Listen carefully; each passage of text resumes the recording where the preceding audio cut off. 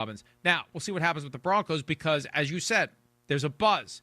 There's an enthusiasm, which means there are higher expectations than there have been in several years for the Broncos. Here's Bo Nix, took the team to the playoffs in his rookie season on handling higher expectations for his second year.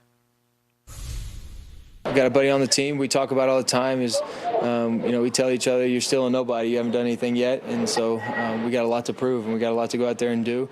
It's people like that keep you in check. It's guys like teammates that got your back and continue to motivate you, and because he's right. I haven't done anything up until this point, and I got a lot to prove, a lot to show. So every day it's working. Every day it's finding a way to get better, because you don't want to get to year two or go down the road and all of a sudden you got stuck and didn't get any better. So that's my focus right now, is just not even worried about what people are saying. Just internally, I know I got a long way to go. I guarantee you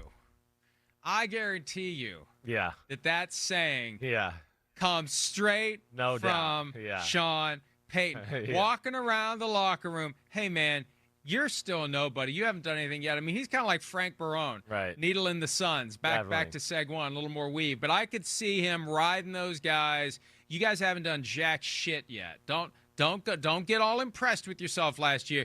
Get to the playoff and getting your ass kicked by the Buffalo Bills is not a successful season. They don't give out trophies for that. They don't hang banners for that. Well, they do in one place. But yeah, I mean, I could see Peyton just harping on that nonstop. Yeah, you guys have not accomplished anything. Right. Now, he's going to keep the edge about the football team. It's one of the things I love about Sean Payton. It's one of the underrated things that people never talked about with the Saints. It's just they were more physical and chippy than they ever got the credit for. And yes, he has that. Well, yeah, I know. But still, they still seem to, even though nobody ever classified them as like this, like really physical football team. You kind of know what I mean. Where I know we had, Bounty Gate and all that kind of crap. But other than the time where, but they weren't viewed that way as their style of football. You know what I'm trying to say here. Yeah, I know. But either way, there. Sean Payton's from the school of Bill Parcells. That's what he does. They needle. They like to start stuff. They like to get you thinking. They like to motivate you. That's what they do. But as I was talking about this guy in my quarterback rankings the other day, Drew Brees Jr. there, he can handle it. No question. I was thoroughly impressed with his year last year. I went back and watched a bunch of games again because of my quarterback rankings. I mean, man, how could you not be excited? How could there not be a buzz? What he did, how he played, going to the playoffs, not a great running back to really help him out in that manner.